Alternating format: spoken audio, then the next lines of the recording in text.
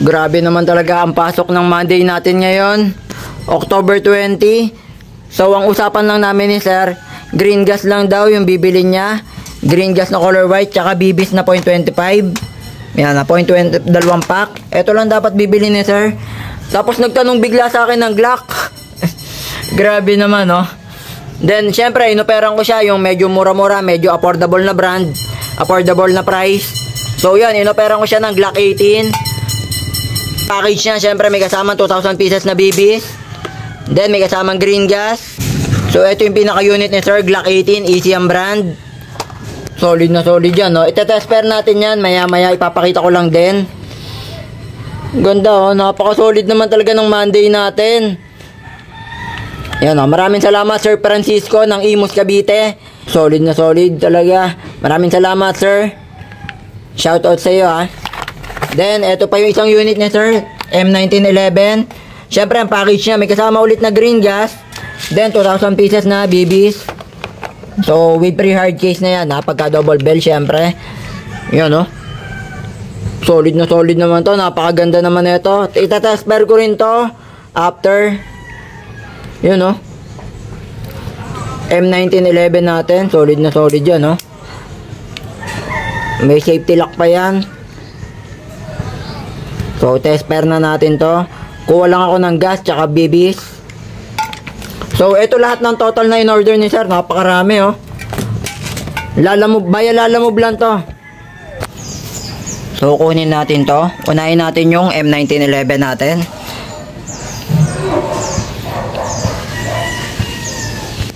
So, ito yung pinaka-unit ni sir. Order to ni Sir Francisco. Taga-Imus yan. Nag-airsoft na naman si sir. Ginawa ko lang tong video na to para proof lang din na maayos yung ipapadala ko at bago.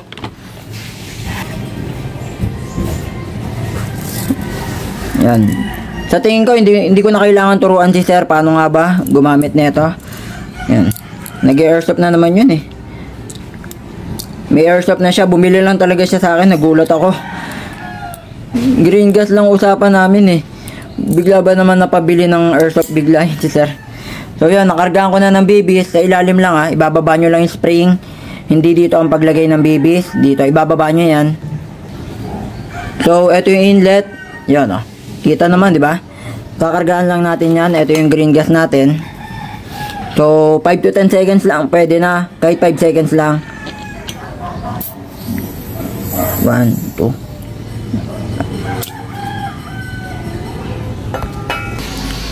So, tapos na natin kargaan ng green gas.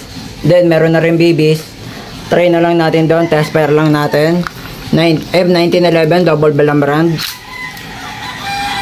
So, nakakasana to, eh.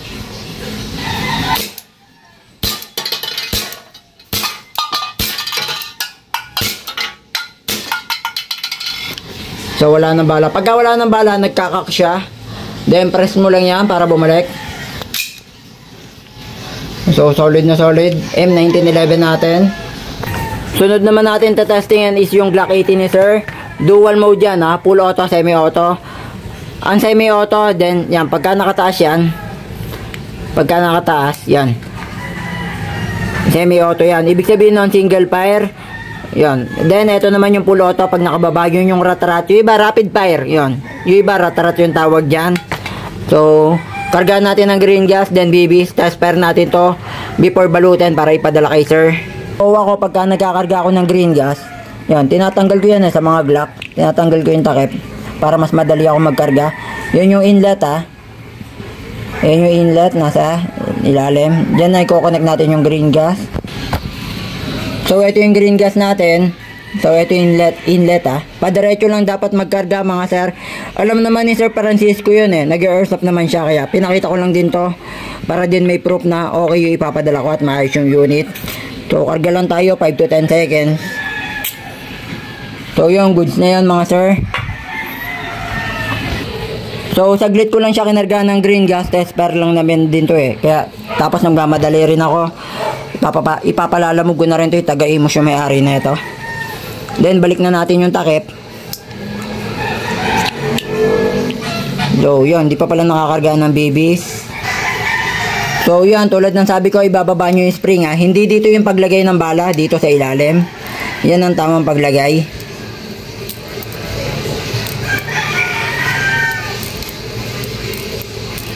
So damihan lang natin para hindi mabitin si sir.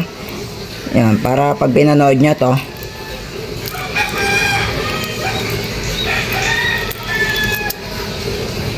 So yan, tapos na tayo magkarga ng babies. Nakarga na rin natin ng green gas eh. Test pair na tayo ng ating Glock 18. So ito yung Glock 18 natin. Siyempre nakababa yan. Full auto yan. Semi auto muna tayo. Taas muna natin. Alam ko puputok na to eh. So test pair na ulit tayo. Inayos ko lang yung lata. Single lang muna.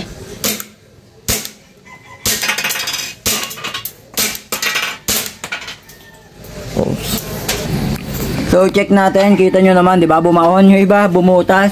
Yun oh, baon, eto butas. So dinagdagan ko na lang din ulit ng bibis o bala para hindi naman mabitin si sir. Full auto nga pala yung gagawin natin ngayon ha. So kanina single fire yun o semi auto. Full auto na yung papakita ko. Press mo lang yan pababa sir. Yan. So papakita ko lang gaano nga ba kaganda. Bakit nga ba worth it bilhin yung Glock 18 natin? Syempre ang pagka Glock 18 full auto na talaga yan eh.